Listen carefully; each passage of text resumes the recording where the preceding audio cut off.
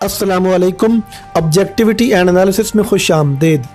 नाजरीन, आजकल पाकिस्तान के हवाले से एक खबर गर्दिश कर रही है कि पाकिस्तान डिफ़ॉल्ट के दहाने पर खड़ा है और पाकिस्तान के डिफ़ॉल्ट करने के इम्कानात जो गुज़श्ता हुकूमत में ना होने के बराबर यानी 5% थे, अब 5% से बढ़कर 93% हो चुके हैं।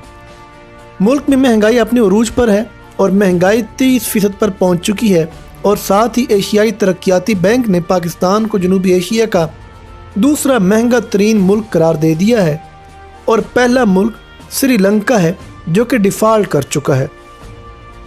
अपनी इस वीडियो में हम आपको बताएंगे कि डिफ़ॉल्ट क्या है, डिफ़ॉल्ट के मईशत पर कौन से तबाहकुन असरात मुरतब होंगे और इस सब में IMF यानी इंटरनेशनल मॉनेटरी फ़ंड और अमेरिका का क्या किरदार है और IMF और अमेरिका ने कैसे पाकिस्तान को कर्ज़ों की दलदल में फंसाया। लेकिन वीडियो में आगे बढ़ने से पहले हमारे इस चैनल ऑब्जेक्टिविटी एंड एनालिसिस को सब्सक्राइब कर दें और साथ में मौजूद बेल आइकॉन को भी दबा दें। वीडियो मुकम्मल देखकर दिलचस्प हक़ाइक़ जानें और वीडियो पसंद आने की सूरत में लाइक बटन भी दबा दें और दोस्तों के साथ शेयर भी करें। नाज़रीन, सबसे पहले आपको डिफ़ॉल्ट का मतलब एक सादा से वाक़या से समझाता हूँ। जी नाज़रीन, आज से चंद साल पहले मुझे डिफ़ॉल्ट या डिफ़ॉल्टर का मतलब नहीं पता था।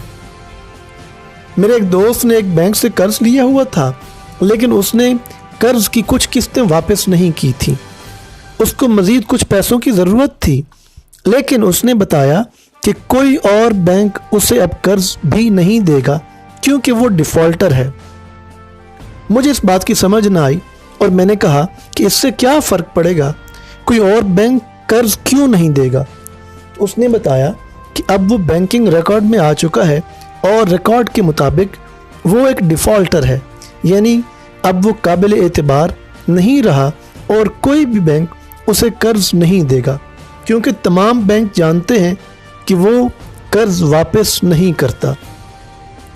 जी नाज़रीन, इसी से मिलती जुलती सूरत हाल ही मुल्कों की भी होती है जब वो डिफ़ॉल्ट करते हैं, यानी जब कोई मुल्क अपने कर्ज़ों की अक़सात वक्त पर अदा नहीं कर पाता तो उस मुल्क को बार बार वार्निंग्स दी जाती हैं और इसके बावजूद भी अगर वो कर्ज़ की अदायगी ना कर सके तो वो डिफ़ॉल्ट लिस्ट में आ जाता है और उस मुल्क की साख शदीद मुतासर होती है और यूं ना तो कोई दोस्त मुल्क और ना ही कोई मालियाती इदारा उस मुल्क को कर्ज़ देता है। यूं उस मुल्क पर बैनुल-अक़वामी सैंक्शंस यानी पाबंदियाँ लग जाती हैं और ये मुल्क बैनुल-अक़वामी तन्हाई का शिकार हो जाता है। नाज़रीन, अब आते हैं ज़रा इस मामले पर कि डिफ़ॉल्ट के मईशत पर क्या असरात मुरतब होंगे।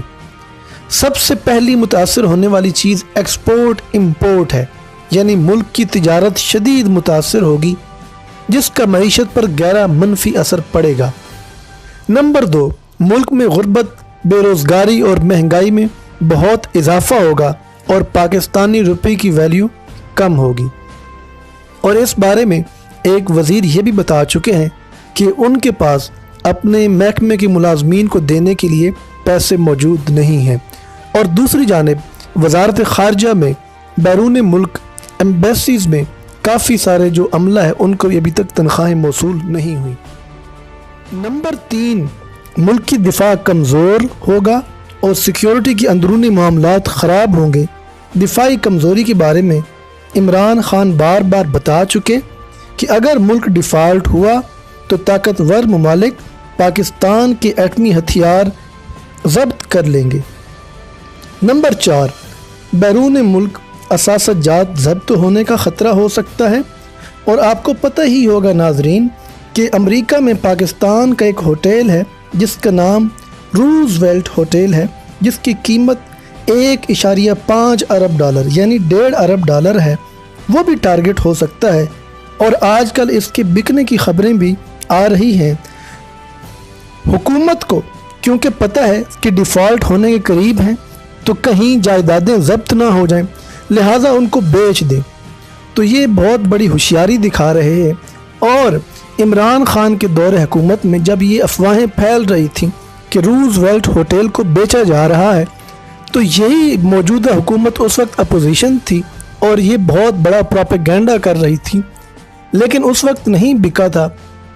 آج کل اس کی بکنے کی خبریں بہت زیادہ سامنے آ رہی ہیں اور پاکستانی جھنڈا بھی اس ہوٹل سے اتار دیا گیا ہے۔ ناظرین، اب ذرا یہ ڈسکس کرتے ہیں کہ IMF اور امریکہ نے کیسے پاکستان کو قرضوں کی دلدل میں پھنسایا اور رجیم چینج میں امریکہ کو کیا مفادات ہیں۔ ناظرین، جان پرکنز نے اپنی شورا آفاق کتاب کنفیشنز آف این اکنامک ہٹ مین میں ان تمام تر تفاصیل کا ذکر کیا ہے کہ کیسے امریکہ اور IMF اپنے گٹھ جوڑ کے ذریعے غریب ممالک کو قرضوں میں جکڑتے ہیں۔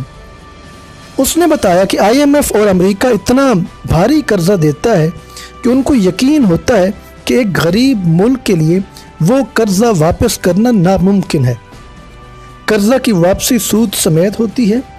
جب کسی ملک کو IMF قرضہ دیتا ہے، اس ملک کو وہ قرضہ اپنی مرضی کے مطابق خرچ کرنے کی اجازت نہیں ہوتی۔ اس کے لیے امریکہ کی مرضی پر پروجیکٹس کرنا ہوتے ہیں۔ یہ پروجیکٹس زیادہ تر کنسٹرکشن کے ہوتے ہیں، جس کے لیے کمپنیاں بھی امریکہ کی ہوتی ہیں اور انجینئرز بھی امریکہ مہیا کرتا ہے۔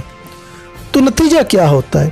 نتیجتاً ہوتا یوں ہے کہ جو پیسہ غریب ملک کو ملا ہوتا ہے وہ سارے کا سارا کمپنیوں اور انجینئرز کی مد میں امریکہ کو واپس چلا جاتا ہے، اور یوں اس ملک پر قرضہ دگنا سے بھی زیادہ ہو جاتا ہے اور اس قرض کی قیمت دگنا بڑھ جاتی ہے۔ مثلاً اگر امریکہ نے $10 لاکھ پاکستان کو قرضہ دیا تو اس پر سود کی شرح 10% کے حساب سے 1 لاکھ بنتی ہے، تو یوں 11 لاکھ واپسی کرنا ہے پاکستان کو، اور اس کے ساتھ ہی جو 10 لاکھ انہوں نے دیا وہ خرچ بھی امریکن کمپنی اور انجینئرز پر ہی ہوگا، تو یوں 10 لاکھ لے کر $21 لاکھ کی واپسی کرنا ہوگی، اور یوں اصل قرض کی قسطوں کی ادائیگی کے لیے مزید قرض لینا پڑتا ہے۔